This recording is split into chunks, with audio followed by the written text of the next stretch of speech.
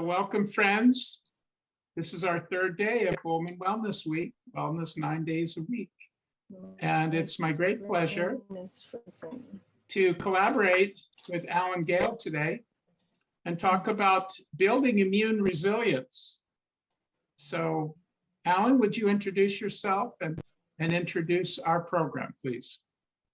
Thanks, Ed. And my name is Alan Gale, and I run a company called Amy Health. And we're very focused on using technology to identify what nutrients you're getting or not getting from your diet. We do that with a series of photographs.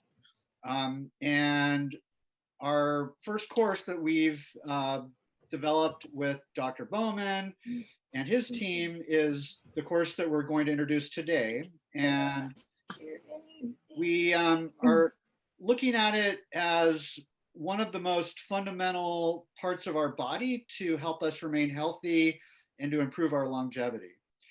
As we'll talk about in the course, many of the systems in our bodies rely on our immune system itself in order to make sure that everything is running smoothly and correctly.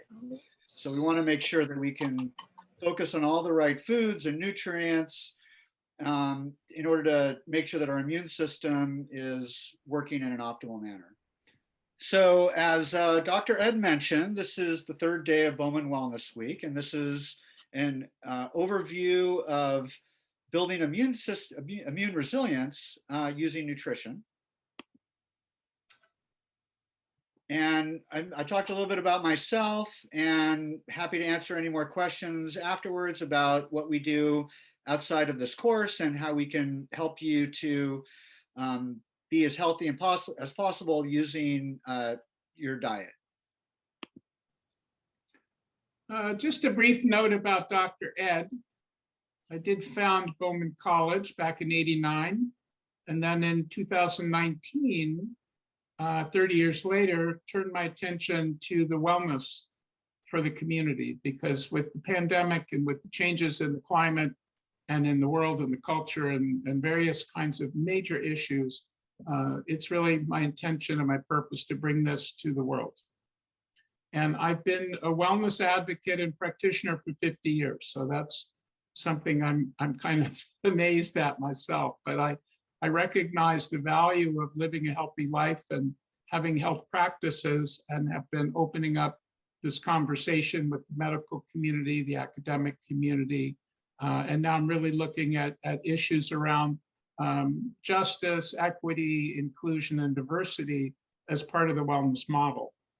And my love right now is mentoring new practitioners and friends and clients and Baha'i community members, and building a community that really embraces all of us, that this is kind of our path to well-being. So today we're going to learn about threats to our body, some of the health consequences as a result of those threats to the body. We'll talk about the importance of gut health and how good bacteria can help maintain our gut and avoid any detrimental inflammation. We'll talk about immune types, how different people have different immune issues and should be addressed differently as a result. We'll also talk about how the innate system works, how the adaptive system works. And lastly, we'll go into diet and lifestyle to help build immune resilience, looking especially at important nutrients, different foods, some recipes, and various lifestyle factors that are important to support our immune system.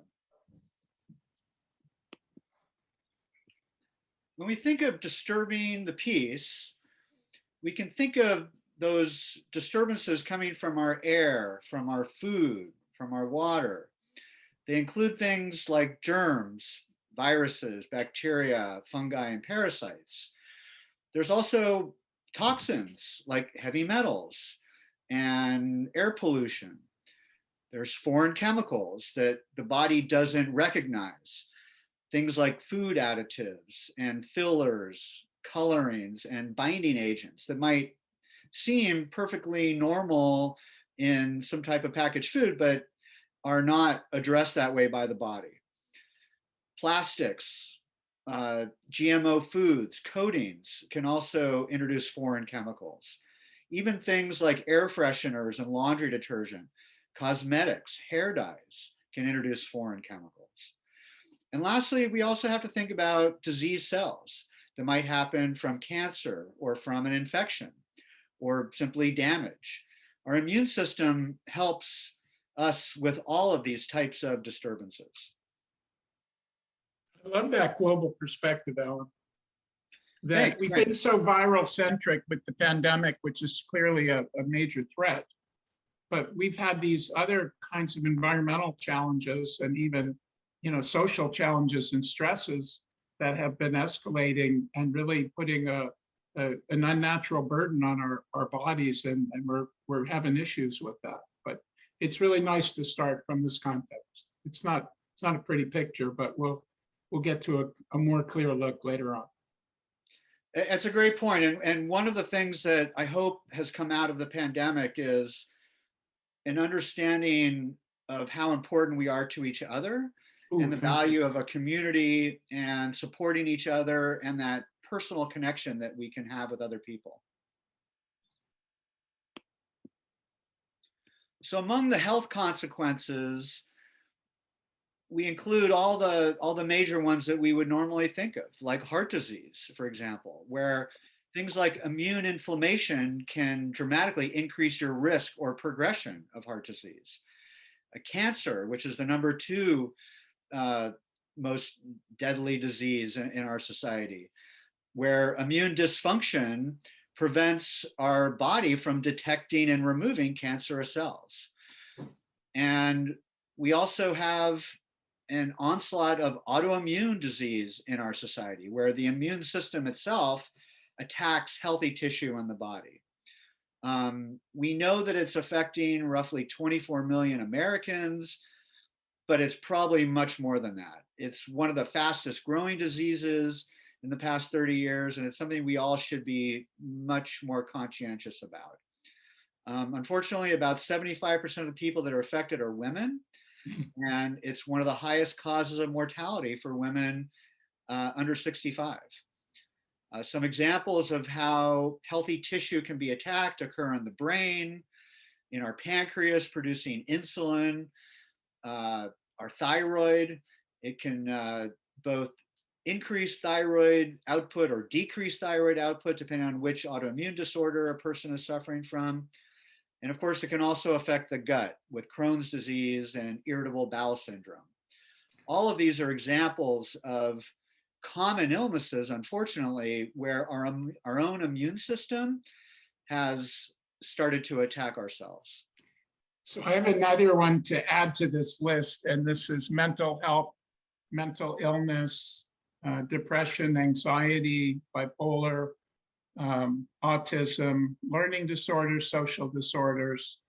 And as of this year, depression is actually the second most prevalent disease in our country. So we always talk about heart disease and cancer, but mental illness is through the roof.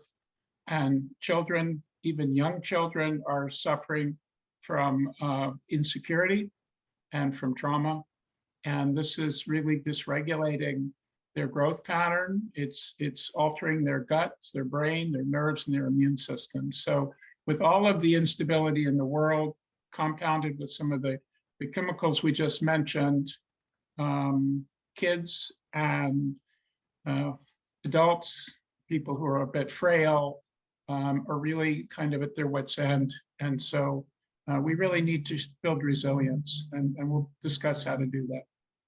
Yeah, I think that's a great point, Ed. I've read a number of different studies that point out how psychological stress is just as detrimental as physical stress on a person. Yes.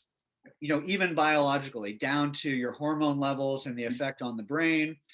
And what's also really gratifying is things like nutrition can even affect depression and our brain function, and many of the good practices of eating well and exercising will affect us psychologically as much as they will physically. I think I want to comment on 75% of autoimmune reported incidences are in women, and how to try to unpack that. And it's not clear cut. Certainly their hormonal system is much more delicate than that of men. And the amount of synthetic estrogens in the environment, we call them xenoestrogens or xenobiotics, foreign compounds that mimic our own, are really contributing to these kinds of aberrant cells. And the immune system sees an aberrant cell in the thyroid, it attacks it. Sees an aberrant cell in the breast or the reproductive system or even in the blood. And these are because our cells are now being built with plastic and styrofoam and non-bio metabolically useful compounds. So because we're in this sort of environment, it's a soup, it's a chemical soup. It's saturating our tissues, and women have more sensitivity and tend to bind more of these compounds in the reproductive areas. And so, and it's in the food supply. So we're seeing this incidence more. Men, once upon a time, had a stronger constitution. I don't want to be too, overgeneralized here. But we really need to clean up the environment if we're going to be able to make this world work. Agreed. Great point. So among our defensible terrain that the immune system protects us from includes our gut, roughly the size of 5 ping pong tables or a small apartment in New York. Our skin, our lungs, we breathe the equivalent of an average size pool's worth of air every single day. So you can imagine there's a lot of physical space there where we have to make sure our borders are healthy and our supporting systems, including bacteria, are healthy to make sure that these points of entry are in fact defended properly.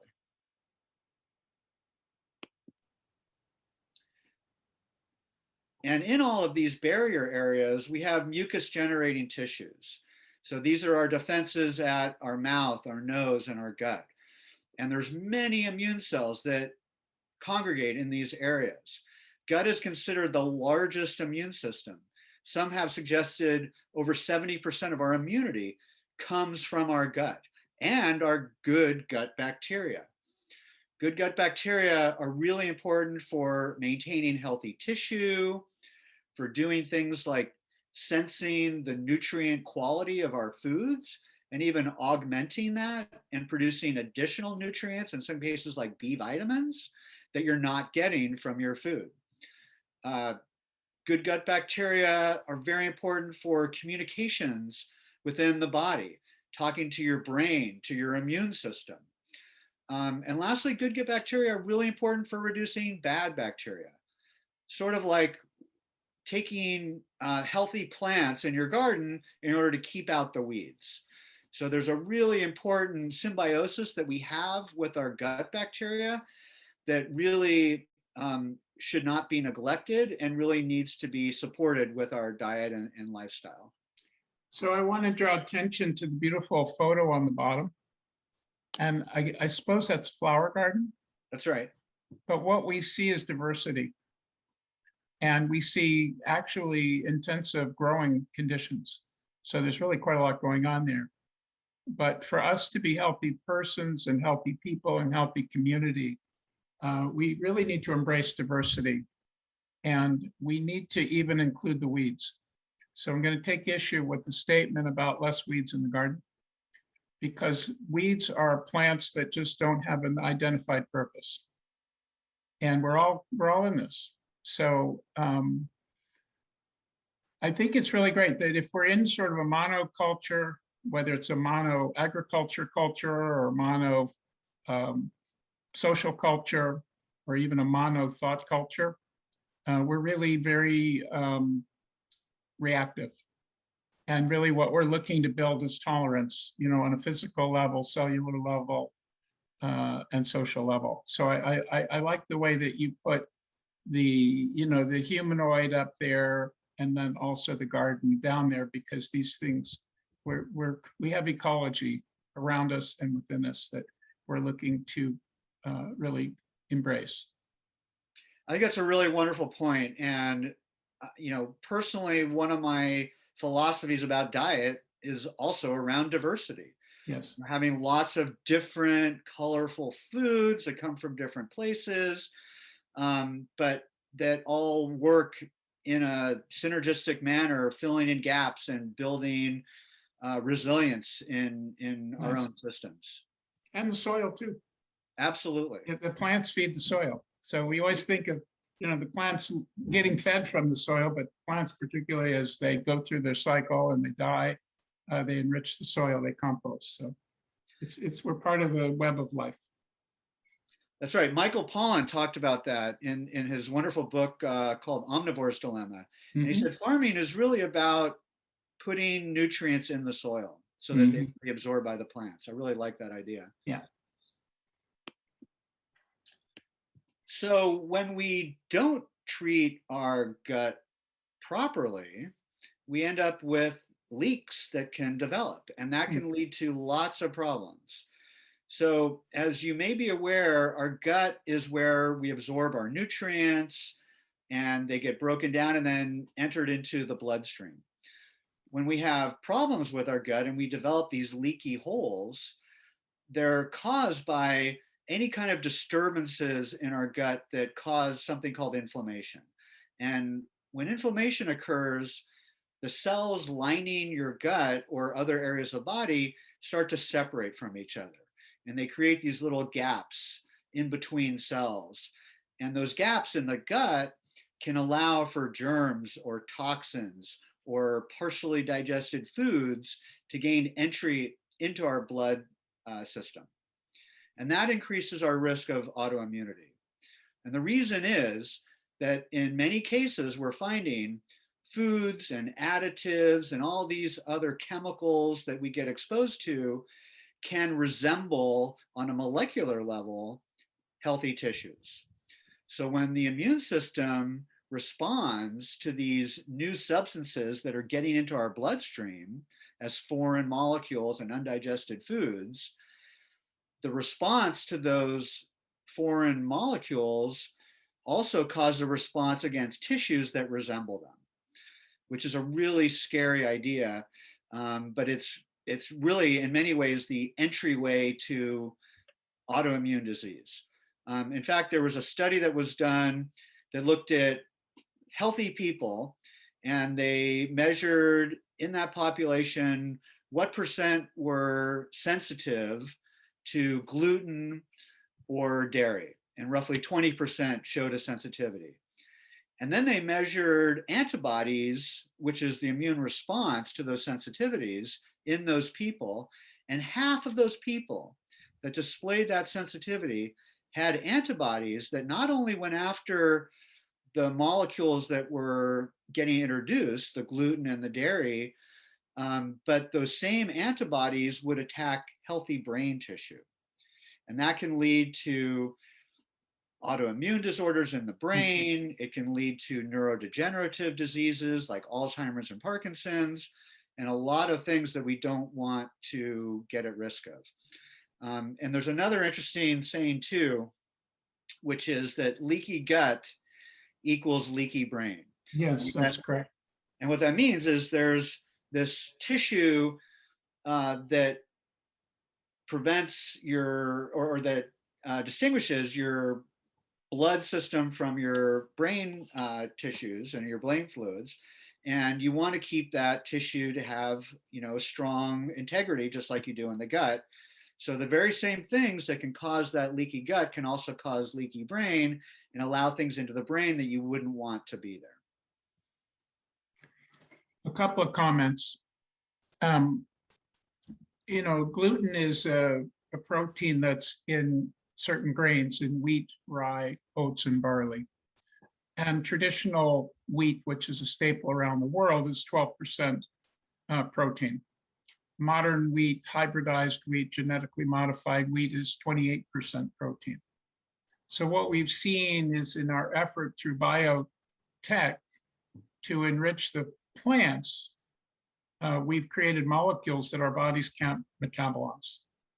So the question is not always, is gluten the problem, but the inability to metabolize gluten is the problem. And something like seitan is 100% gluten, or there's vegetarians who eat vegetarian chicken and vegetarian pork and these protein products that are made from gluten that are very dense. They're nutrient, but they're difficult to digest. And likewise, the gluten grains and virtually all of our commercial agriculture is saturated with fertilizers, herbicides, pesticides that contain glyphosate. And glyphosate is actually an antibiotic. And it basically is biocidal, meaning it's killing the microorganisms in the soil and it's deterring the bugs. So what happens then is that actually gets absorbed into the wheat, into some of the commercial plant foods. It changes the molecular structure of the plant foods. We eat a slice of bread, we love it. It triggers an endorphin response. It makes us happy, it makes us high, makes us mellow. We love it, we eat too much. And then we get a rough autoimmune reaction to it. So it's not only that people are sensitive to wheat or dairy, which I'll speak to, but we're reactive to compounds that we can't metabolize that get into the bloodstream and then trigger this hyperimmune response. The issue with dairy is that when people eat raw dairy around the world, they have excellent tolerance. When people eat fermented dairy around the world, they have very good tolerance, meaning it's a useful food.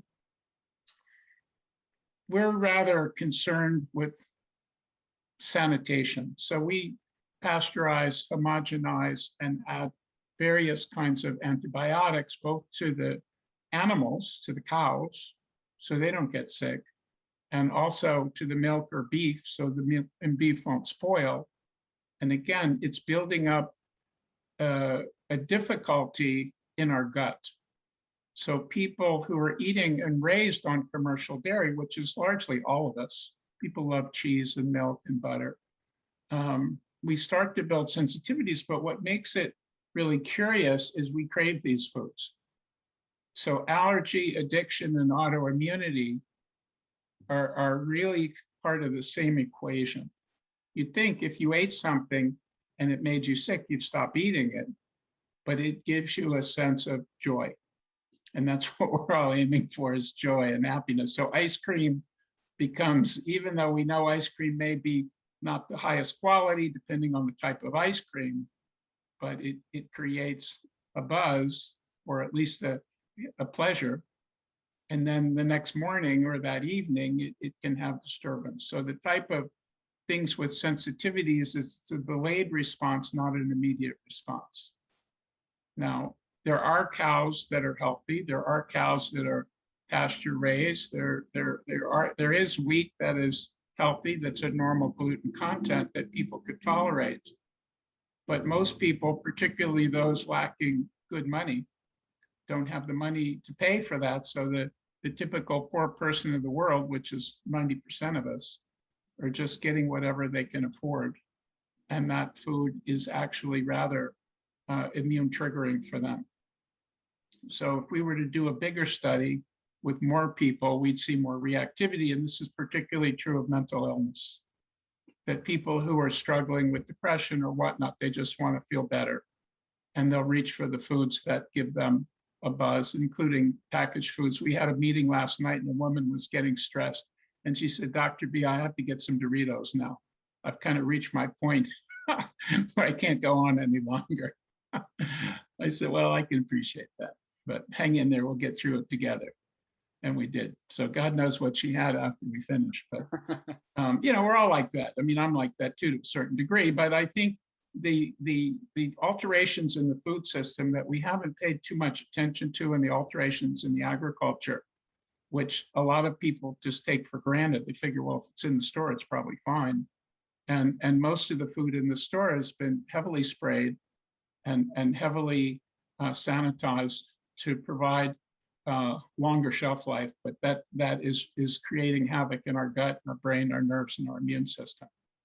So eating simple, clean food is necessary for people to settle down. Absolutely, great points. So when we look at leaky gut contributors, it's really anything that causes gut inflammation. And Dr. B's point, different people have different levels of sensitivity. So it's important to try to identify what sensitivities you have. What is your response to gluten or to dairy? And maybe you're okay with cheese, but you're not okay with milk, and that's fine too. So we talked about gluten, we talked about dairy. Yes. Well, sugar can also cause inflammation, as can artificial sweeteners and all the other artificial substances that we get in packaged foods, additives, flavorings, binding agents, other types of food allergies or sensitivities that people can develop at any point in their life. Processed foods themselves can cause inflammation, especially ones with trans fats, for example. We talked about toxins and pesticides and other chemicals in our food and our air and our water. And bad gut bacteria can create these perforations also. I agree with your point as well about not having some weeds in the garden is not a bad thing. Okay. And I would say having some bad bacteria is maybe not a bad thing either, as long as they're in the right proportion. You get more diversity, you get to flex your good bacteria's ability to keep things in balance. So it's stress is not always a bad thing. Sometimes it's good to have a little bit of stress, because your body's ability to overcome it can address other problems in the body. So I'm going to make a comment for us, Alan, is Okay. we're going to not use the word bad. Okay. Now, we can say, potentially irritating or dangerous or potentially, but we all live in this world. We all have quite a variety of viruses in our system, hundreds, thousands. There's more viruses than there are bacteria, but the average person doesn't know that. We've just learned that there's just a plethora of bacteria, but there's an equally large number of fungi and viruses and protozoa as well. Now, some of them are really harmful and dangerous and can kill people, but it's hard to know exactly the function of these things, because what they do is they up-level our immune system and up-level our kind of adaptive capacities if we're adequately nourished.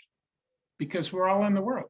We're here. This is what's going on. Some people are doing fine, some people are doing poorly. So what we have to do is create, some differentiation, but not just to go, well, all viruses are bad. Because again, there's so many viruses, we wouldn't even begin to be able to identify them. And what we see now just with the variants is the variants are actually more of a threat, because things change. And then our body doesn't quite know how to deal with all that, change. And it's something that we all are not sure about. We're in an enormous, experiment right now. But getting oversimplistic with good and bad, I think, actually works against us. And we just have to build natural resilience, and that's the purpose of this class. So when we look at inflammation, we need to think of it in the way that it's good for us and the way that it's bad for us. Yes. So when we think of acute inflammation or short-term inflammation, that's really our body's response to some kind of threat or some kind of damage to our body on a short and localized level. And the main purpose of inflammation is to help your immune cells travel through your blood system and know where to exit at the site of the infection, where they're needed. And that's why, as we saw in leaky gut, in which case it was a bad form of inflammation, but what happened was the cells opened up. Well, that can be a good thing if they're only opening up in your capillaries and your blood vessels near where those immune cells are needed. That's why when you get a cut on your hand, you get red, it starts to swell up. That's your blood vessels expanding, allowing for your immune cells to know where to exit and to get to that place where they're needed. Chronic inflammation, on the other hand, is more long-term and a very low level assault. So it's constantly being bombarded by some kind of problem. And the goal there is to try to keep up with repairing tissue. And that has a lot of long-term consequences like cardiovascular disease and neurological diseases and autoimmune diseases, as we've talked about. So this balance of when is inflammation good and when is inflammation bad is a very important one to consider. And we don't want to wipe out inflammation altogether. We just want to keep it in balance. We want to keep our immune system able to use inflammation in a positive way when it's needed and avoid the negative consequences of chronic inflammation as a result of any kind of long-term impact of a stress on the body. And for those who aren't familiar with the Buck Institute, it's found in Marin County. It's not far from Sebastopol, of course, and it's a center that's devoted purely for research on aging. And the president of the Buck had this great quote, which is really relevant for everything we've been talking about today.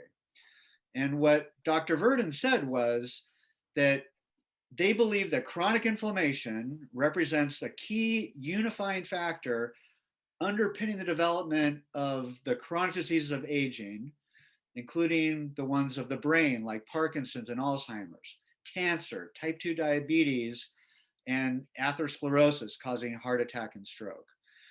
So that notion again of keeping our body healthy and resilient in order to avoid that long-term effect of chronic inflammation will help us in protecting us against all of these major diseases of aging. And as I mentioned earlier, different people have different types of immune issues. So we roughly break it down into 3 different categories. In the first category, these are individuals that have a depressed immune system. So they have a weakened response when an immune threat occurs. Things like your age might cause your immune system to become depressed over time.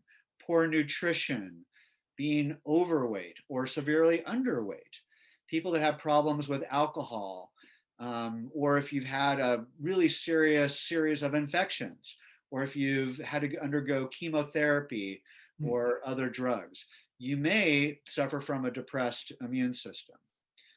On the other end of the spectrum, we have people who are immune overactive. So when they face a threat, their immune system produces a more heightened, exaggerated response. Examples of that are people that have allergic reactions or autoimmune conditions, where they produce too much of a reaction given the type of threat or problem that occurs. Chronic inflammation is a major contributor to people that suffer from overactive immune systems. And the third category is where we all want to be, and that's where our immune system is balanced. So we have a healthy response with acute inflammation when we need it, and minimal chronic inflammation, which we want to avoid. Our immune systems are able to escalate the response when needed and suppress it at the end. That's a very important hallmark as we age, is we can lose our ability to turn off our immune system, to turn off that inflammation at the end of some kind of problem with our body. So identifying which of the 3 types of immune systems an individual has will help to identify the right type of nutrition and change a person might need to make in order to address what that problem is. I like the photos, and the fact that we're in fire season here and we're dry as a bone creates a heck of a lot of concern. And talk about inflammation. If we're dealing with an external fire, it just makes us all extremely vulnerable, and and so forth. And then you look below it, and you see a nice pasture, a meadow, blue skies. It's all very cooling and clean. So those are good photos. And the one up above, I'm not quite sure what that is, but maybe it looks like Alaska or something. Could you describe what the picture above Yeah, is? so that's like an Arctic, Okay, yeah. tundra area like Alaska. Yeah, yeah. Where things are, you move more slowly. There's less, Yeah. Foliage around. Mhm. You're not able to respond as quickly as. And it's kind of frozen. Right. So, again, the correlations between the emotional and the physical are always right there. That when people get overwhelmed, they freeze. So when people have stress, they either fight or flight or freeze. And we're finding more people now who are going into the freezer because they're kind of at a loss, and that will lower their metabolic state and their immune state, some of that. So you can only fight for so long, and you can only run for so long. And if you get exhausted, then you freeze. But what we're looking at is creating that natural, being back to nature and getting nourishment from that type of environment, and creating sunny skies in our mind. Yeah, it's like many things in the body, and even with Mhm. nutrition, it's what I like to call the Goldilocks effect. Mhm. Not too hot, not too cold, right in Mm. the middle. There you go. I thought Goldilocks was about porridge, but we'll come back to that. Well, I have All right, no we'll come doubt back you to can that. connect anything to anything else, Ed. I know, I'm just kidding. So when we look at our immune response team, carrying that analogy of land and sea a little bit further, our immune system defends our land, which we could think of as our cells. Mm. It also gets around through the land through waterways, which is like Mhm. our fluids, our blood Yes. and our lymph fluids, for example. And our immune system, covering both land and sea cells and fluids, has both an innate system, which are the first responders. These are the cells of your immune system that are patrolling and defending your entry points, like your gut and your mouth and your nose. They're fast acting, they're very high in numbers, but their defense methods are very blunt. Mm. As a consequence of that, sometimes there's some collateral damage to healthy tissues. But we Mm. need them, and we need them to be strong because they're the ones that keep the threat at bay in order to give us time to call for backups if needed. And Mhm. that's the role of the adaptive immune system. Mhm. These are like the special forces. So they're very targeted. They can identify, with help from the innate system, the specific type of threat.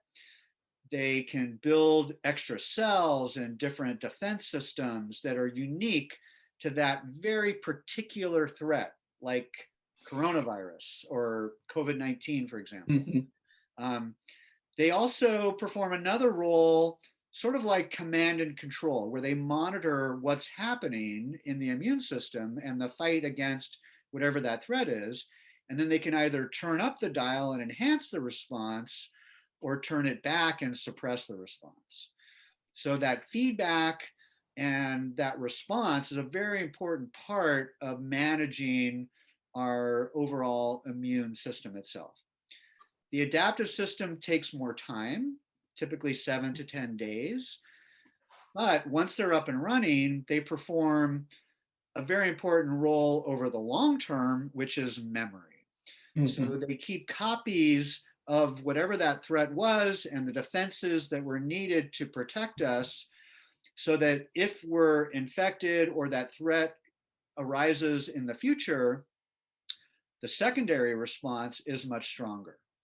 So on this little graph here on the right, on the Y vertical axis, it basically shows how strong your immune response is at any given moment of time, displayed on the horizontal or x-axis.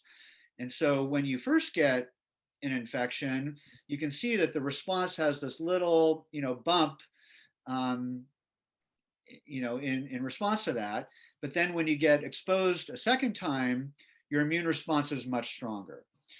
This, of course, is part of the role of vaccines and your own immunity that you develop if you get exposed to some kind of pathogen, for example.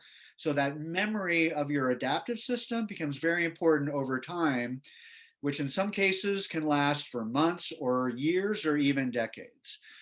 It's one of those things about the immune system we don't really fully understand, like why some types of long-term responses are better than others. But we know that there's a lot of longer-term benefit that we get when our adaptive immune system becomes involved in order to keep track of what that threat was to respond again in the future.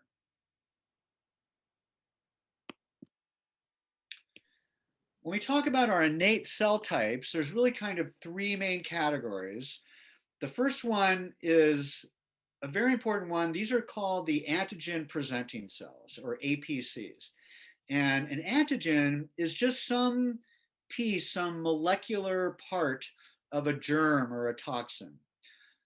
So what these cells do is when they consume that threat, so maybe it's a bacteria or a virus, for example, or a heavy metal, those APCs will digest that threat, break it down into individual pieces of it, or antigens, and then it takes those antigen pieces and it puts them for display on their outer cell membrane. And that's important because that's the way cells communicate with each other, through these membrane receptors and these membrane molecules that are presented. In the case of APCs, once they've consumed that threat and displayed antigens from that threat on their surface, they then travel to the adaptive cells and find the matching ones and activate them. And we'll go into a little bit more detail about that in a moment. These cells include ones called monocytes that patrol throughout your bloodstream, and they can turn into either of the other two types of APCs, macrophages, which are sometimes called big eaters, and then the other cells are dendritic cells. Dendritic cells are probably the most important ones for activating your adaptive cells. Again, they play a very, very important role for bridging that innate system and the adaptive system. The second category of innate cell types are called granulocytes. So they have little chemicals called granules that they keep inside of them.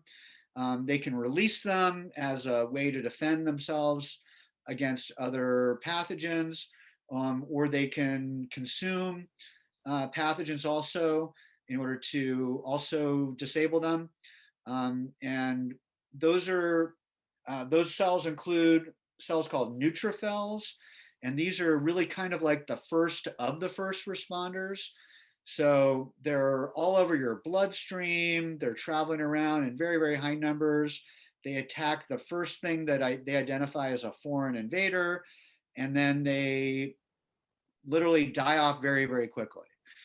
The other types of granulocyte cells are very important for allergic responses. So these include cells like mast cells that reside in your skin, especially near your nose and your lungs, and they react to the threat by producing histamine. Same thing with eosinophils, and basophils are also involved in that.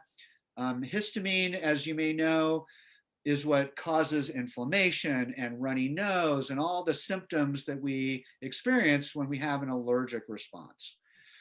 The last category of innate cells are called innate lymphoid cells. And they're called that because they actually come from a cell line or lineage that's more similar to the adaptive cells, but they're really innate cells. The first one of those is called natural killer cells. These are very important for removing cancer cells or for other infected cells. There's another type of innate lymphoid cells that have recently been identified called ILCs, and they support other immune functions by other cells.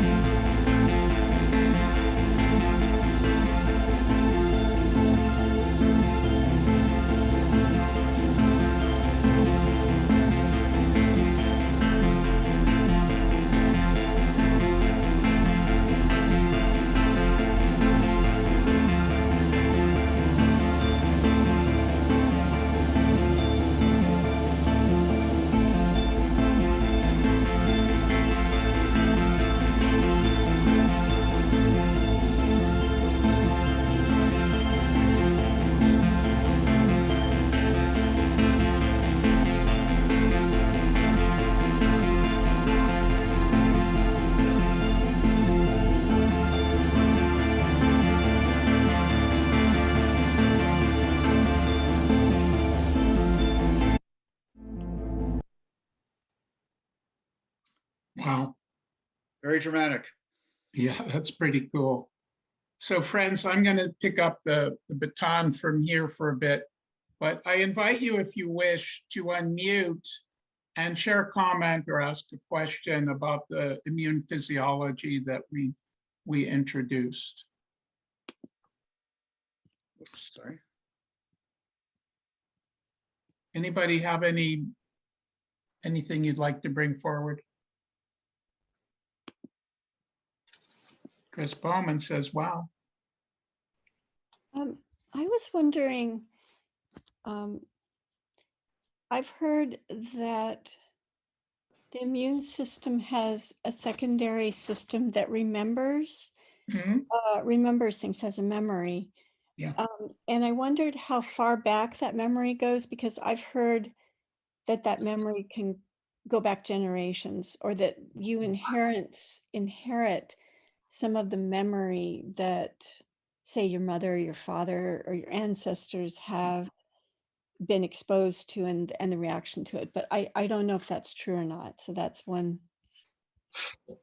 thing. Well, that's very interesting. I haven't heard about immune memory per se from your ancestors, but what I can tell you is that during pregnancy, the mother shares many different types of antibodies with the fetus. Mm-hmm. And it's a very important part of their immune system before they can develop one on their own.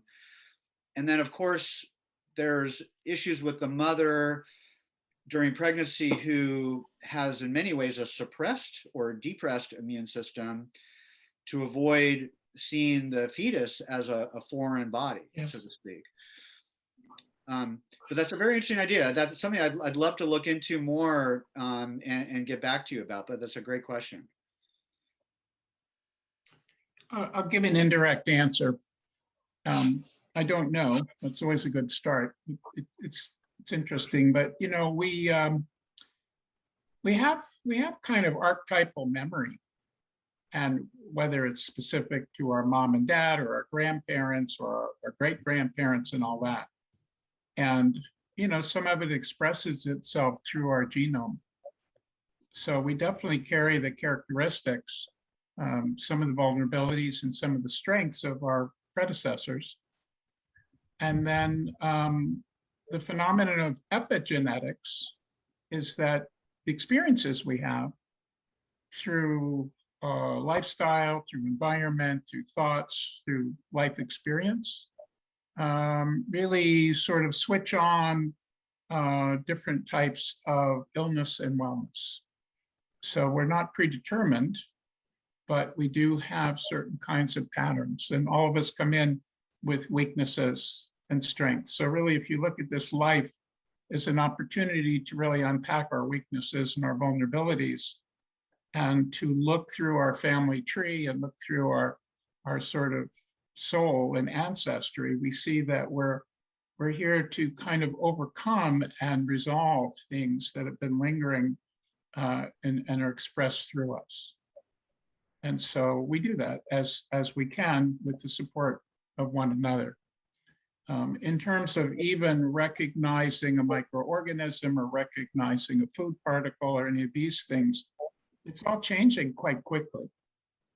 So it's mind-boggling that we do have antibodies and we do have memory cells that target and trigger, but then things change. So it's actually adding kind of an evolutionary upgrading and downgrading at the same time. So, you know, we're in really quite an unusual situation. But if you can find any data on your question, that would be interesting. We'll all keep our eyes open for that. So what I want to share with us now is really how we stay well. Because for me, wellness is really about resilience. And resilience is the ability to adapt and cope and gain strength from challenges. So think about that. We're all challenged all the time. And some people know how to adapt and how to work with that, and how to use those challenges and even friction and illnesses and disease as an accelerator for growth process. So resilience is gaining strength from threats. The second one is really about vitality. So I think if you said to anyone, what is it that you need the most? They said energy. I need energy, I need vitality. So we gain vitality through our daily practices. And the Bauman wellness approach is to really be a community of practice where we're practicing together, not just alone. And we're sort of looking at our time, our space, our choices, and looking to optimize them. So resilience is number one. Having energy is number two, and then how we conserve energy or how we lose energy. And certainly being sick is quite a drain on the energy body. And many of us are sick. So as we're sick, we lay around, we're resting, you know, perhaps there are things we can do to attract energy, to get the chi back and use it and move it in the right way. And then the third component of wellness is joy. And we all want to be joyful. We all are joyful, you know, essentially, but then we become sort of overwhelmed with life and we've lost our joy. And that's why people make a lot of unhealthy coping choices to be happy, to be joy, to be satisfied, you know, to feel something. All right, so the slide we're looking at here are the various tools that we have at our disposal, most of which are free, to build resilience and longevity. And the first is sunlight. And sunlight is a gift. We get our energy from the sun. And even on a day where there's not much sun, the sun is there. You know, I spoke with someone about natural ions. We get natural ions when we're in nature. And it sets a vibrational frequency that regulates our nervous system, which communicates with our immune system. So when we're in nature, we cool inflammation. And some of us go in nature every day, some of us go once a week, some of us go infrequently. But for people who are not well, just being by the ocean, in the mountains, in a yard with plants and animals, and you know, hearing the sound of children and things, it's really very, very restorative, because it sets a frequency. The frequency of stress or pain or suffering or TV and all that is really very different than our natural rhythm. And then, of course, I won't go through all these. They're fairly obvious. You know, the benefit of local food is it has microorganisms that are local to us, and there should be microorganisms in our food. So again, much of the food we get at the store has been sanitized, which is actually a detriment to us. What else can I say? I don't want to go through each of them. Detox practices, we'll skip over to that one. It's really about bathing. Isn't that interesting? That detox, that showers and baths and soaks are a way that we eliminate through the skin. And being in water is a very nourishing and soothing way for us to kind of find that equilibrium that we're looking for. And as we take in herbs and spices, and as we do scrubs and saunas and sweats and fasting intentionally and in a safe way, some of these impurities that are triggering the immune system are released. So if someone is hyperimmune and they have a heavy metal in their system and they're able to release it, their immune system normalizes. If someone has a viral infection and their viral infection is resolved, the immune system normalizes. If someone has a splinter in their rear end, taking a pain pill doesn't get the splinter out of the rear end. So we have to identify as many of these splinters as we can, and they eliminate through natural detoxification processes. Periodic fasting, I mentioned here, it's nice to do it once a week for a day, and it can be juice fasting or broth fasting or even single food eating. So it doesn't have to be water fasting. I think water fasting is a little severe for most people because they need some calorie and nutrient. But simplification is usually a good start when people are going through some kind of a recovery process. And then clearly, a positive attitude is important because the body is responding to the influences of the mind, and the mind is responding to information from the body. So having an attitude of gratitude will then lead the way towards service to others. And when we serve others, we get outside of our own small self. And prayer is certainly a very big part of this. So what I've noticed is when people are not well, they're not practicing any of these or enough of these. And any 1, 2, 3, 4, 5 that we can build into a pattern will affect the immune system in a good way to begin to help the healing process. What I love about this is you've included a number of things here that produce small amounts of stress on the body in a positive way. Yes. Like movement and the sauna, Yes. and periodic fasting, for example. There's a lot of really strong evidence about how the immune system's response to those small stresses addresses things in the body far beyond those stresses themselves. Sort of like housekeeping, like you break out the cleaners and they clean the entire house. No, you got that right. So the idea too is play. One of my other slides, play is a big part of it. So whether it's music and art and sports and singing and all these kinds of things, it puts us back into a natural resonance. And it creates a message to our cells, all cells, not just the immune system is integral with the hormones, it's integral with the respiratory, it's integral with all of our cells. We're not separate systems, we're one big system. And so Dr. Kazarian, who's one of the mentors for me, said that adult humans are the only animals that stop playing as they age. And so anytime that we can be playful with one another, we're lightening our load and we're shifting, our metabolic and immune state.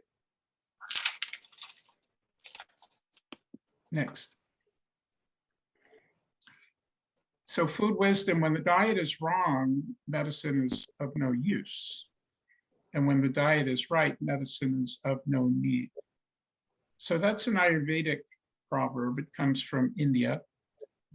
It dates back 5,000 years. And Chinese medicine and Indian medicine and European naturopathic medicine and Persian medicine and Egyptian medicine and all of the natural systems of the world say that food is first principle, and that Dr. David Katz, who's a colleague of mine, said diet is responsible for 85% of the illness and of the recovery for the people he sees with these chronic comorbidities. And again, what's really sad is that when people are not well, they stop eating, or they don't eat well, they don't eat enough, they don't get to the store, and their digestion is compromised, so they run into some serious complication that way. So we're looking at diet, and diet actually means inner discipline. So the root of diet from the Greek, dietics, is really finding our way. So it's not something that someone is telling us to do, it's something that we kind of discover through our own intuitive state. And in different conditions, we have to eat differently. Well, this is interesting.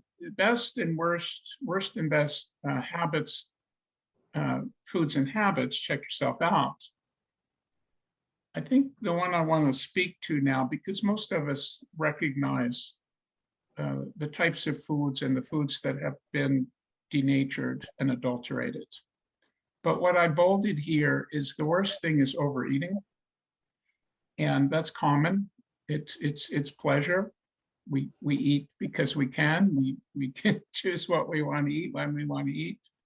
But it's a burden on the system, particularly when the system is already somewhat compromised or threatened by the environment. If you notice, when things are kind of scary, people stop eating very much. So depending on their nervous system disposition of sympathetic or parasympathetic, some people restrict eating and some people binge and indulge.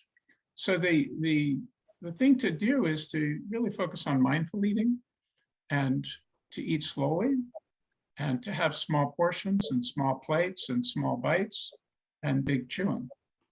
And it's remarkable how we can be satisfied with eating half of what a normal meal looks like for most people, because obviously when we go out, we get large plates of food because that's how restaurants make money or stores make money.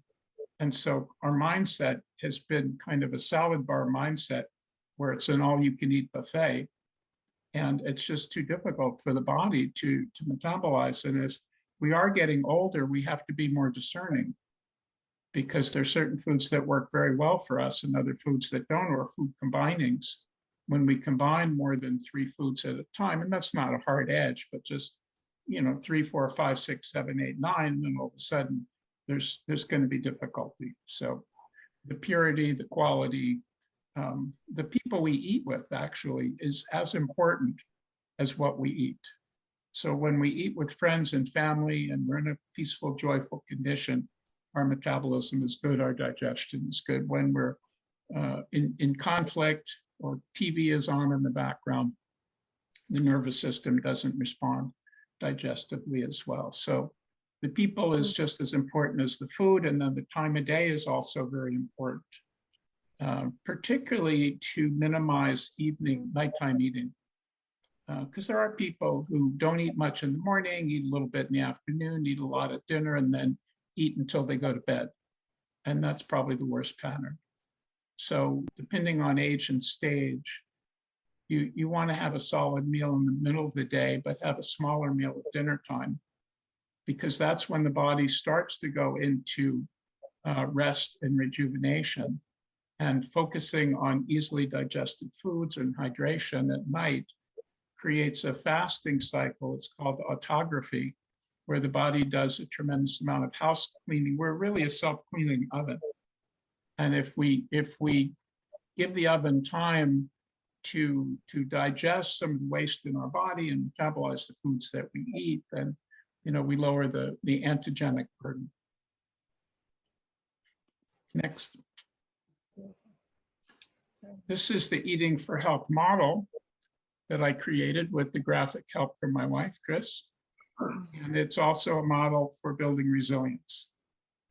So if you look at this, and this is something I can talk about for days, the outer circle are beverages. And water is crucial. 60 to 70% of our body is fluid, and then when we're young, it's more, and as we age, it's less. So what we see is we're not absorbing water very well. And unfortunately, water has quite a bit of impurities in it because it's in the environment. And in addition to chlorine and fluorine, we're also getting industrial waste and biomedical waste and all kinds of, materials and contaminants that are triggering to our system. So pure water is important. And for most people, it means having a filtration system of some sort. Fresh juice is quite beneficial because it's got nutrient, it's got bioflavonoids and carotenes. It's very easy to assimilate. So if you have a glass of vegetable juice, fruit juice, and you dilute it with water so it's not concentrated, you'll absorb 90% of it. If you eat the same amount of fruits and vegetables, you'll absorb 50%. If you mix it up with too many other things, you'll absorb less. And then mineral broth is something I recommend frequently, is that people begin to boil, and you go, boil? I go, yeah, boil root vegetables, green vegetables, leafy vegetables, herbs and spices, seaweeds, flax, and mushrooms. So we're making a vegetable broth, and some people will put bones in there, which makes it a bone and vegetable broth. Chicken is okay, or chicken carcass if you eat chicken. But by doing this, you're making a tea out of the vegetables, and adding seaweed, which is a booster food I'll get to, gives it trace minerals that really modulate the immune system, and we'll get to that. And you can make a quart, 2 quarts, or a gallon of mineral broth and store it, keep it, freeze it, and use it as a tonic beverage or add it to the foods you eat. And herbal teas are really vital. Herbal teas are plants, so whether they're roots or whether they're leaves, ginger, turmeric, those type of things, or whether it's basil or mint, herbal teas give us phytonutrients. So to quickly go through some of the other categories, the next circle is carbohydrates. And again, it's a large percentage of the diet. So water is the largest percent, followed by carbohydrates, which have quite a bit of fluid content. And there's fruits, and there's different types of vegetables and starches. I encourage people to lighten up on the gluten grains and to stay away from genetically modified foods. So that's something to pay attention to. And then the middle circle are called booster foods. And these actually give us the most concentrated nutrients. Chris and I were talking about parsley and just how much food power there is in parsley. And then there can be other alkaloids in there that might be compromising, so we don't eat a lot of parsley. But again, a small spice and herbs are really very nourishing because they have hundreds of protective compounds and immune modulating compounds. And as Alan said, some of these are slightly irritating. And the slightly irritation of it creates liver function and bile function and digestive function and immune function. So the right amount of these is good. And if we have too much, we'll get nauseous or diarrhea or get a headache and go, oops, I overdid it. But algae and sea vegetables are really beneficial because they have over 100 trace minerals. And we don't get these trace minerals in normal soil. So seaweeds, we have something we get at Trader Joe's.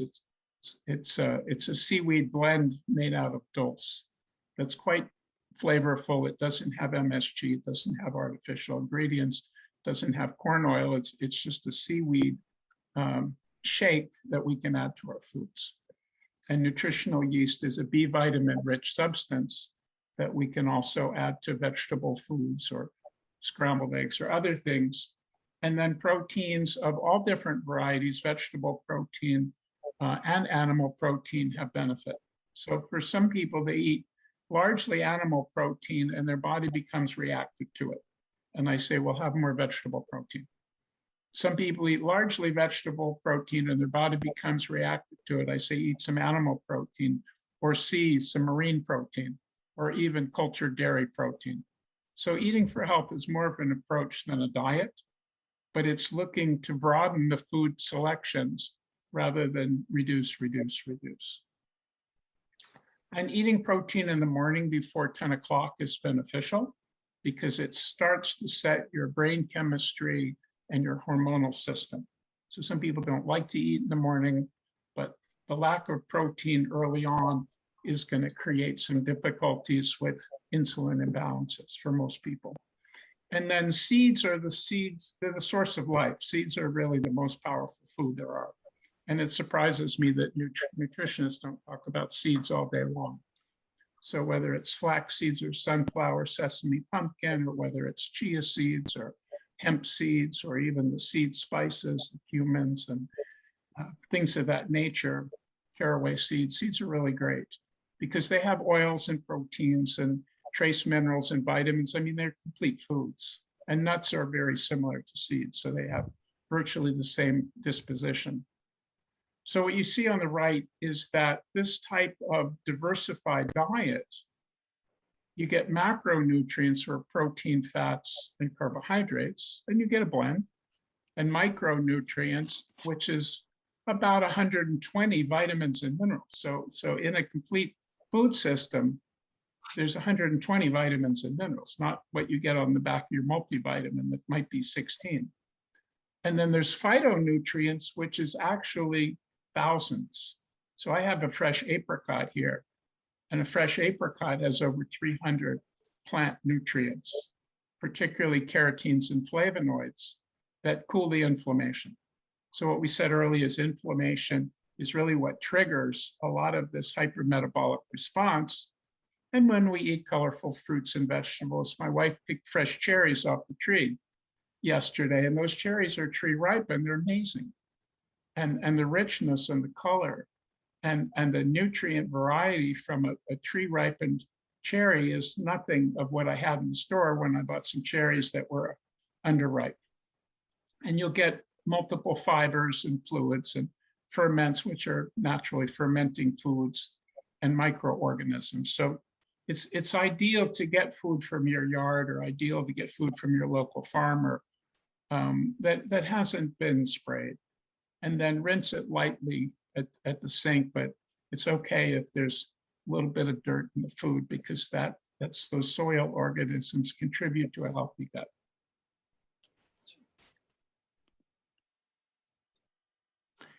So now, rather quickly, I'm going to just give you some highlights, and we have the references in our notes. But if you look at the effect of foods, the foods have specific effect on specific immune cell types. And this is data that's mined from the research. And Alan and I have not thousands, but hundreds of references. So chili peppers enhance the antigen presenting cell dendritic cells. So we saw it, Alan said, dendrites, boy, they're good. They really help to get rid of cell waste and foreign material. Chili peppers, the capsaicin in chili peppers activated the dendritic cells, which activates the T cells, which slows colon cancer growth. And if it slows colon cancer growth, it's going to also favorably impact other kinds of cancer situations. So lots of chilies. But again, to your own tolerance, everyone has a limit. And then this, I think, is something most of us know, is that sugar will impair neutrophils, which are one of our immune cells. And I'm not going to read the slide, but if you look at it, it's giving evidence that 100-gram portion of carbohydrate, well, that's 3.5 ounces, that's a certain amount, from sugar, honey, orange juice, reduced neutrophil capacity. So that's interesting. I don't think people get 3.5 ounces of honey. That's just more honey than people eat. So honey is actually a powerfully healing food. Orange juice can be useful, but it's also high glycemic. So adding some water to it and diluting it is usually a good idea. And then again, different sources of fruit juice, but really it's the refined sugars and the high fructose corn sugar that are really dangerous. And that's what's in a lot of commercial food, and snack food, and dessert food. This is interesting. Broccoli sprouts are potent natural killer cell boosters. Now, I don't know if you've ever had broccoli sprouts, but they're very potent. So broccoli has a seed, and the seed has a sprout, and the sprouts are really powerful. They have something called sulforaphane in them, or DIM, which is a methionine product. And it's unlikely anyone is going to have 2 cups of broccoli sprouts. I mean, it's just too strong, okay? So it is food as medicine, but then food has to be tolerated. But it's powerful, and broccoli itself is a very nutrient-rich food, particularly if it's an organic broccoli. Surprisingly, the FDA just put an edict out to ban N-acetylcysteine, which is a compound that's in broccoli sprouts. They felt like it was dangerous and it competed with, drugs, and it was a health risk. But actually, it's helpful and helps people who are dealing with complications from COVID. So it makes you wonder who's running the show and why. That's shocking and disturbing simultaneously. It's so sad, But we'll keep politics a little bit on the side. Maybe, later we'll come back to them. But I'm just going to go through these quickly because of time. Probiotics are really valuable, and they're wonderful for the innate immunity in the nasal passages. So people have sinus infections, and probiotics are typically some form of yogurt or kefir or vegetable kvass, which is a form of fermented vegetables, and sources sauerkrauts in there, tempeh, which is fermented soy, organic leaves, kimchi, which is cabbage product, miso. I particularly like miso. Miso is very easy to use. It's very palatable. Kombucha is a fermented mushroom, and pickled veg, and good raw milk cheese actually has probiotics. So for those cheese lovers, it's good. I eat a lot of feta cheese, goat feta, sheep cheddar, feta. I have some dairy sensitivity, so too much dairy and I'll feel a little bit off. One quick point for those who have lactose intolerance. Mm-hmm. Generally, you won't have to worry about lactose from fermented foods like cheeses and yogurts, because the lactose is consumed by the bacteria to create the food itself. Mm-hmm. Very fond of mushrooms, and we're fortunate in Sebastopol that we have a mushroom growing source. It's called Mycotopia, and we get 3-pound bags of mushrooms for $15-20 on Friday afternoon.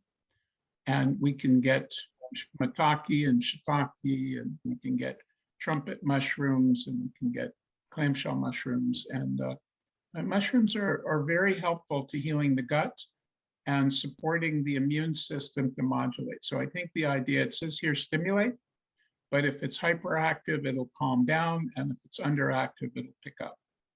And they have something called beta glucans, which is a certain type of carbohydrate that stimulates some of the cell-mediated adaptive fluids. And mushrooms are delicious.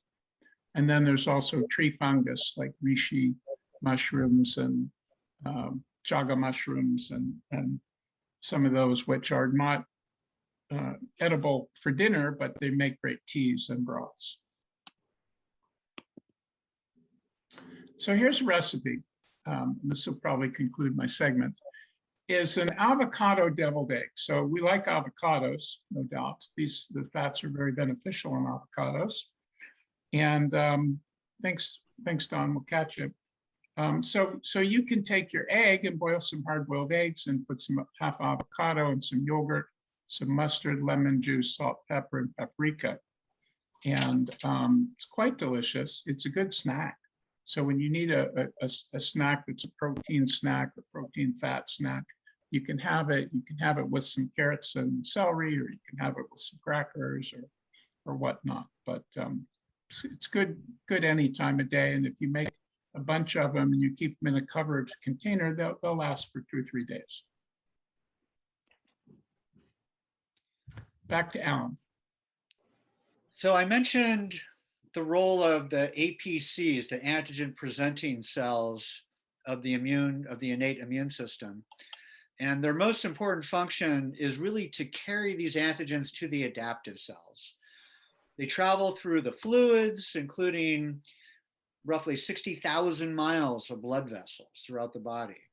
And these fluids also are surrounding 30 trillion cells. This is called the interstitial fluids.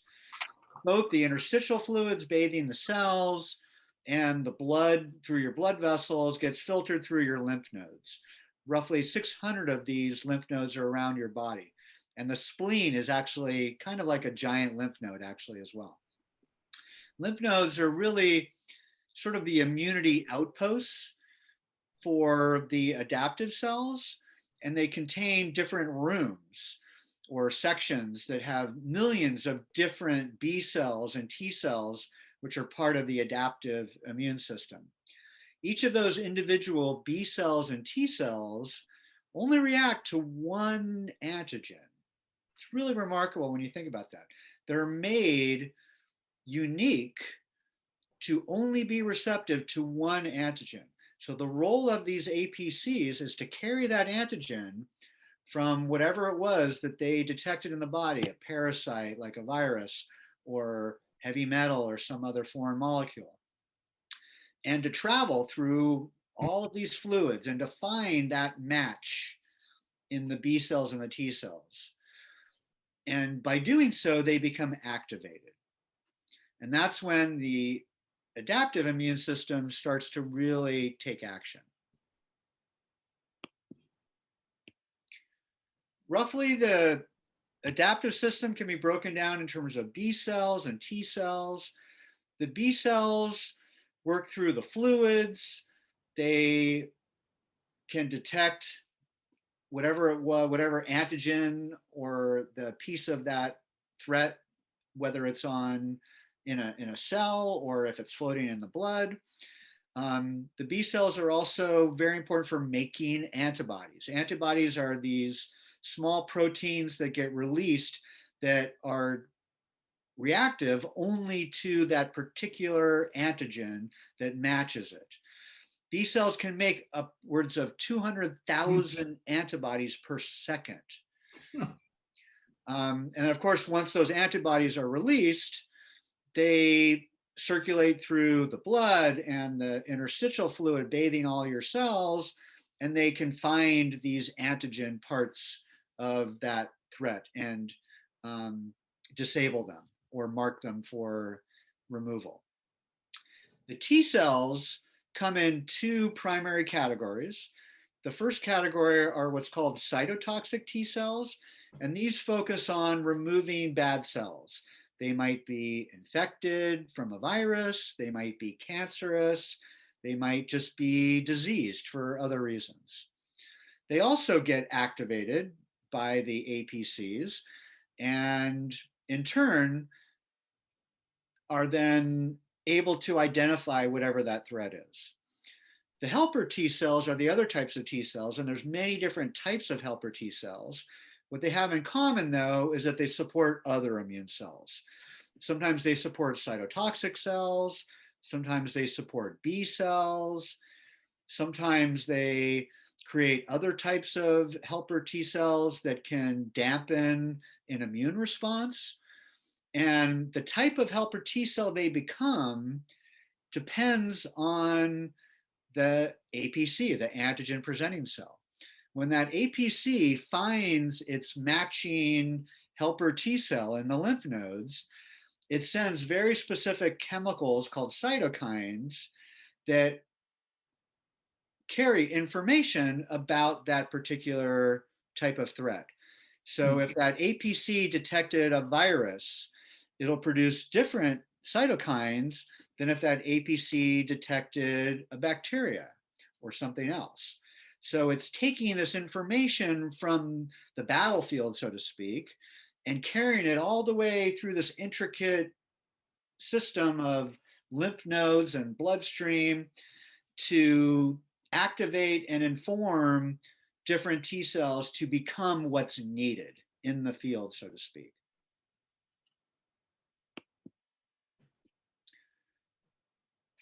When the B cells are activated and they release the antibodies, they can bind to the antigen part, like for example, the spike protein in a SARS-CoV-2 virus.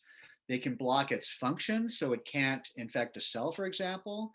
It can act as like an anchor where it slows it down, traveling through the fluids. The antibody that attaches to that thread also flags it for removal by other immune cells. So we saw, for example, the macrophages in the video. So that would be an APC. So when it destroys that bacteria and it consumes it, it's then carrying that information all the way into the lymph nodes, and it's telling the B cells to make antibodies for that bacteria. They get released, the antibodies attach to the bacteria, and then other immune cells detect the antibodies and know to attack that bacteria and to remove it.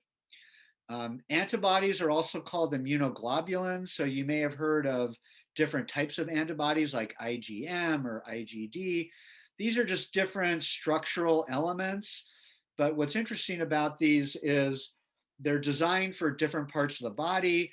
So for example, IgA types of antibodies are typically found in mucosal tissues near your borders, like your gut and your nose and your lungs, for example.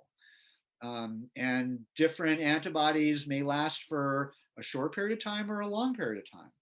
So when we talk about, for example, a vaccine and the antibodies that your B cells produce, those are typically called IgG antibodies that might last for years, depending on what the type of threat was.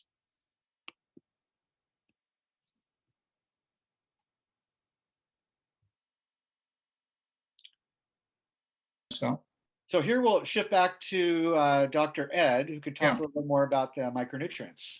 Well, I think because of the interest of time, I'm going to make some general comments and just have Alan show some slides because, it's a long conversation. But what I want you to appreciate is nutrients come from food.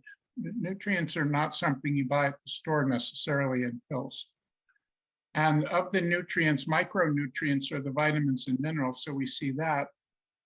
And then we see this array of essential ones, zinc and iron and selenium and different vitamins, A, B, C, D, E, and K, which is not on there. And I won't go through all of the functions, but clearly each has their own function and each work synergistically with one another. So nothing exists alone in nature or in our body. And then literature is fairly clear. You can go to the next slide, Alan, that different ones support different antibodies and have different roles. So I'll let you just look through that for a minute rather briefly. But I think the important point to make is your average person is insufficient with many of these compounds, many of these nutrients. And either they had a poor diet for many years, or they had a pretty good diet, but then they got sick and they lost the ability to get good food on a regular basis. And then the other point is when people are going through crisis and struggle, the demand for nutrient increases from 2 to 5-fold. So you think about that, whoa, I'm dealing with an infection, or I'm dealing with an illness, or I'm taking medication. Medication, unfortunately, compromises our ability to absorb nutrients.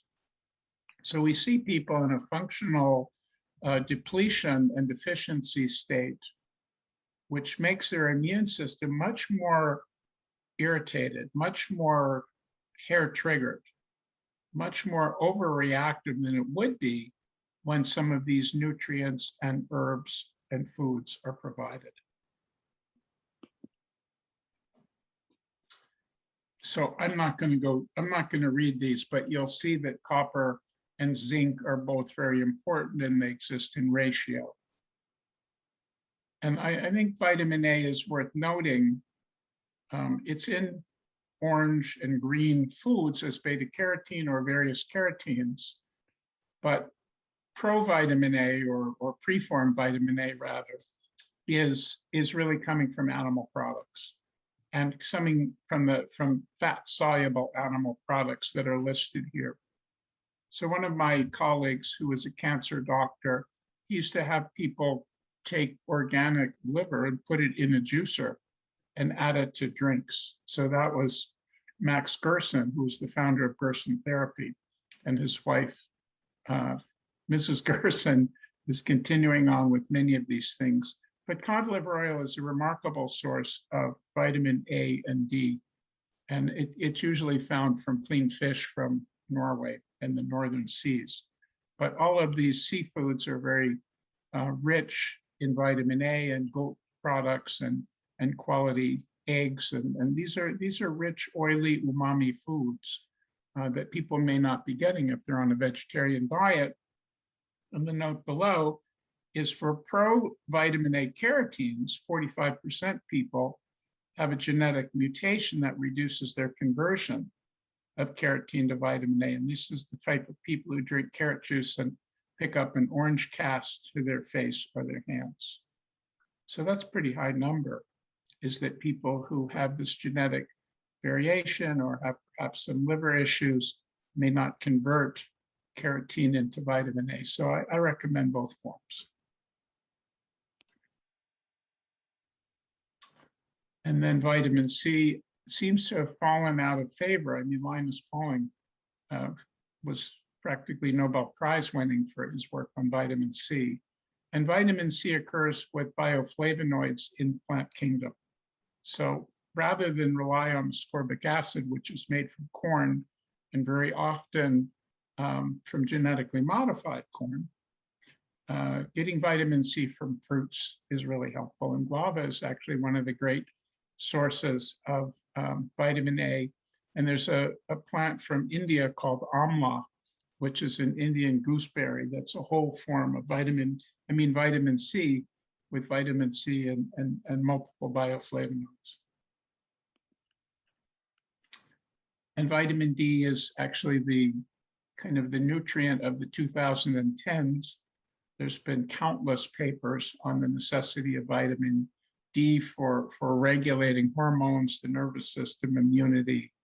And we do get vitamin D from sunlight, but most of us are not in the sunlight. Midday is the best time for that. But it is in some of those rich foods, some of those oily fish and oily egg yolks is a terrific source of vitamin D.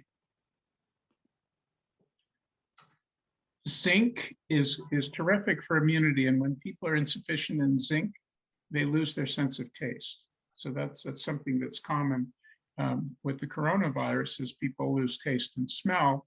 And one of my clients, I said, get a decent vitamin zinc citrate and try 75 milligrams a day, and in within 5 days, her taste came back. So even though she was a healthy woman, with the impact of the immune activity on her system to try to mitigate the virus, she became functionally zinc insufficient, and then she repleted and she recovered rather quickly. But we can see the sources here. Oysters have 10 times more zinc per ounce or per gram than any other food. Pumpkin seeds are not on the list, but that would be a strongest plant source. Pumpkin seed pesto, it looks like a pesto down there. Some green would be great. Yeah, you made a great point earlier that's relevant here as well, which is that when you have an infection, oftentimes you end up utilizing more minerals and micronutrients because of the infection. Yes. Than normal. So you need to increase your levels of healthy foods during those times, especially. So it's tricky, and that's what the long haul is about. When people go, man, I'm in it for the long haul, it's because their savings account, their nutritional bank account has been depleted, heavily depleted. And their ability to eat and absorb has been compromised, and it can take months and months and months to get it back. So, being smart with foods and also adding nutrients of high quality and that are absorbable, and particularly using herbs and spices wisely can really help to bring back the trace minerals and the phytonutrients that people need to come back to health.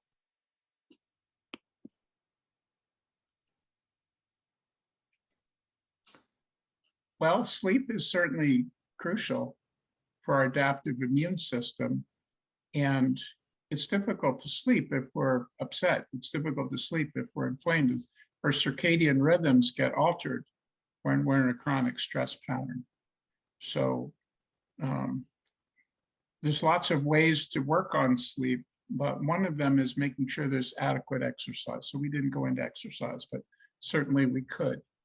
And yeah, and being in a dark, cool, clean, quiet room. And I recommend people do a aromatherapy diffuser in their room.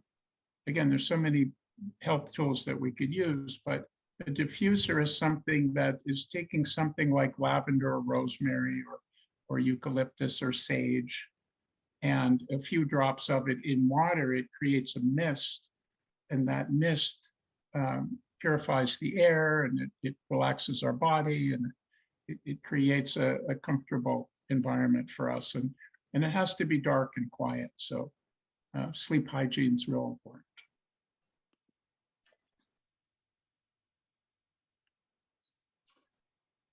We know that stress is key for immunity or reducing stress.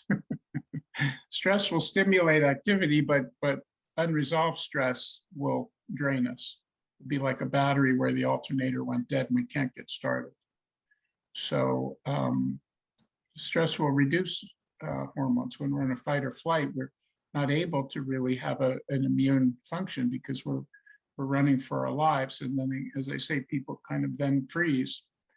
So this was studied that yoga for 90 minutes increased salivary antimicrobial products. So the mouth is a major part of the microbiome, and the mouth does a lot of protective work, as does the nose, in dealing with things coming in through the air or through the food. So here's a starting point, is a small amount of yoga. So for people who are not yoga practitioners, 15 to 30 minutes of yoga, nature, music, and meditation begin to manage stress and modulate immune response. So getting close to the end here, and the main point I'd like to make is that we can all achieve immune resilience.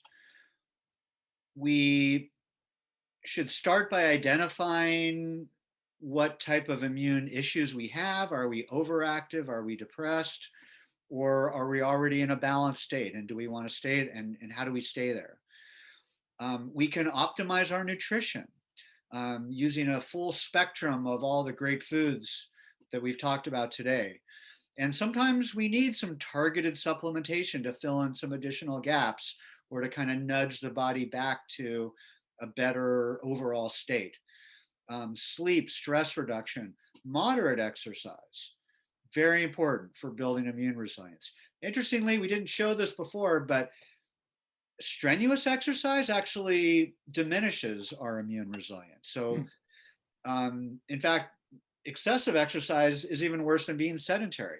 The best amount of exercise turns out to be moderate exercise. And it's been shown through many, many different studies. And of course, it's not only what we eat, but it's also when we eat and how much we eat. Yeah. So we talked a little bit about intermittent or about fasting, and we didn't talk about time restricted feeding, but that's another very helpful technique to improve our overall digestive system and our health by limiting the time that we eat to only about 8 hours a day, or certainly less than 12 hours a day. And as we've talked about, not eating too close to bedtime when our natural circadian rhythms are more in a better state to heal ourselves instead of to digest our foods. So there's lots of other new scientific breakthroughs that are coming to regrow some of our vulnerable immune organs, like the thymus gland that we haven't talked about, but it's a very important part. But before all those things come, what we can do today is build our immune resilience. Yeah. So hopefully we were able to convey some of the practical things we can do, that a lot of this is within our control. And, we want to do whatever we can to optimize our natural systems in our body to take care of ourselves. So I wanted to also briefly mention that this webinar today is an introduction to a larger masterclass that we've put together. In the class, and it's set up as weekly discussions for about an hour, hour and a half, and those will be done with Dr. Ed and myself. And the goal again is to learn a little bit about the immune system and how to support it with small but impactful dietary and lifestyle changes. We'll be providing live video sessions once per week, but then also provide people access to the videos in case they can't make that particular session. We'll have online office hours where you can ask anything you like. Of course, you can text or email us outside of the masterclass itself. We'll incorporate an online discussion forum so you can learn from each other. So if you're not sure what the right questions are, maybe somebody else in the group ask those questions and you can learn what's important and how your situation might compare to other people's, and meet other people that might be going through the same thing as yourself. We'll also provide a personalized immunity assessment that'll help identify if your immune system is overactive or depressed, or if you're already tending towards where you want to be in a balanced immune state. We'll also provide a personalized dietary analysis using our mobile app technology. And even if you don't want to use a mobile app, that's fine. You could simply submit about 10 photographs or about a 3 days worth of food, and we'll do an analysis for you and show which nutrients you're getting from your food and which ones you're not, and how you can get them with personalized dietary recommendations, great tasting foods, and more recipes that will help satisfy those nutritional needs. This is my direct email. If you'd like more information, I would encourage you to email me, and happy to give you more details. The first class is scheduled to start the first week in August, and would love to hear from you and to understand more about what your issues are and how we might be able to help you through our program. Final thought here, natural forces are within us are the true healers of disease. And of course, food is the most important component of that. Food and love. So thank you, friends, for joining us and for being attentive. This was a lot of information, so we'll have to digest and assimilate. But we do appreciate your support. So if you're able and willing, you can enable us to bring programs like this to people in all different parts of the world. And if you go to the bowmanwellness.com page, there's a donate button, and any contribution of any kind would be gratefully appreciated. If you'd like to join our online community, there's a link in the very beginning of the chat box. I put it, and you can just click on it. It'll take you there. You'll get a free membership, and there's no tricks. This is just really a way for you to be in a healing community, in a wellness community, and to learn with one another. And here's our info number. So Alan, if you could clear the share screen, we could see how many folks are still with us, because this is how to stay in touch with us. So there you are. Hi. Well, thanks everybody who stuck around. We did not intend it to go this long, but I personally thought it was a great discussion. I hope you feel the same way, and we look forward to hearing more about your thoughts. But we would love to hear any reflection on it, because usually, things pop in your mind. You go, ooh, that was important for me. So just one thing that kind of you can work with out of this. Love to hear it.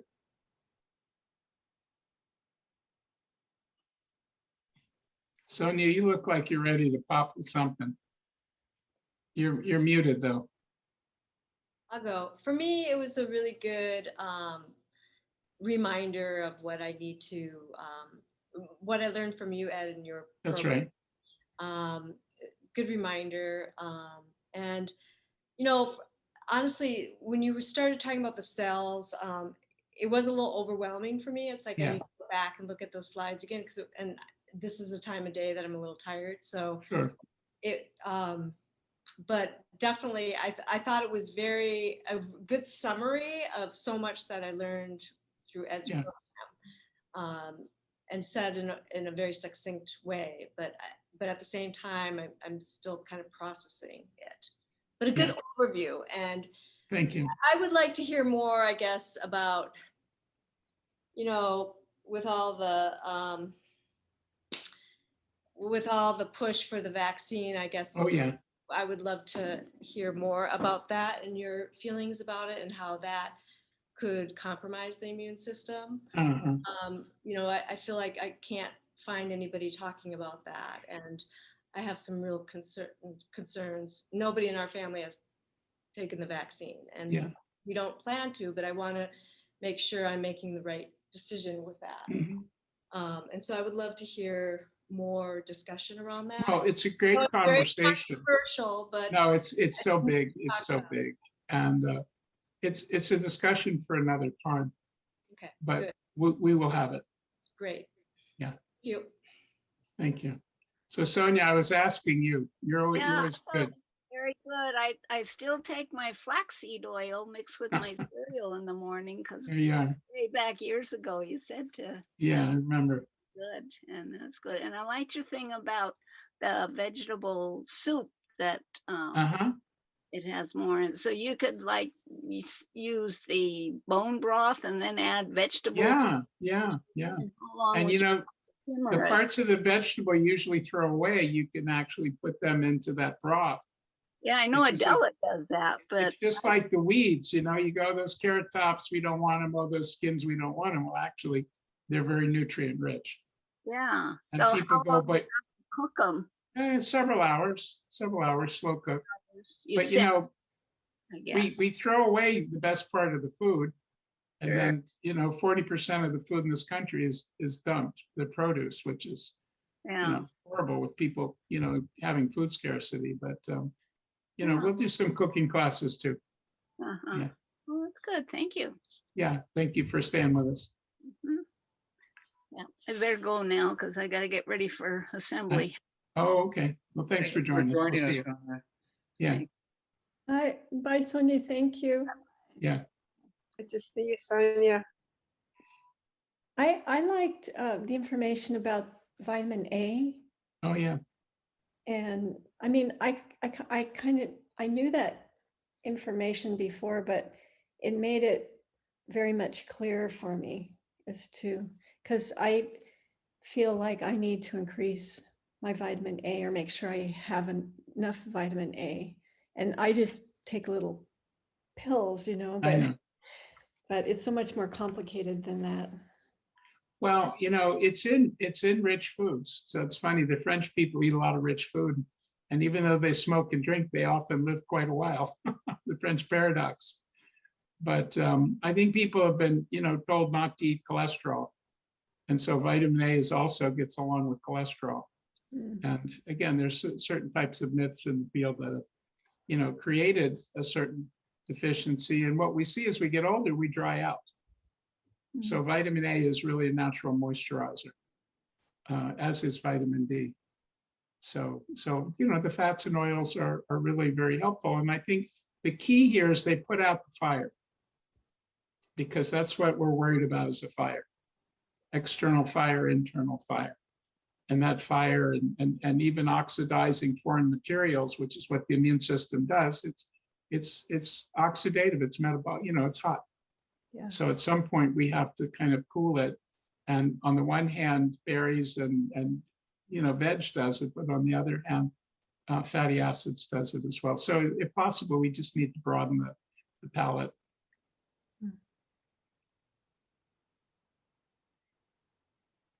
So is anyone going to make any changes to your diet after today? Yeah, what's a new addition? Lily, you have something to share? Ruth Ann?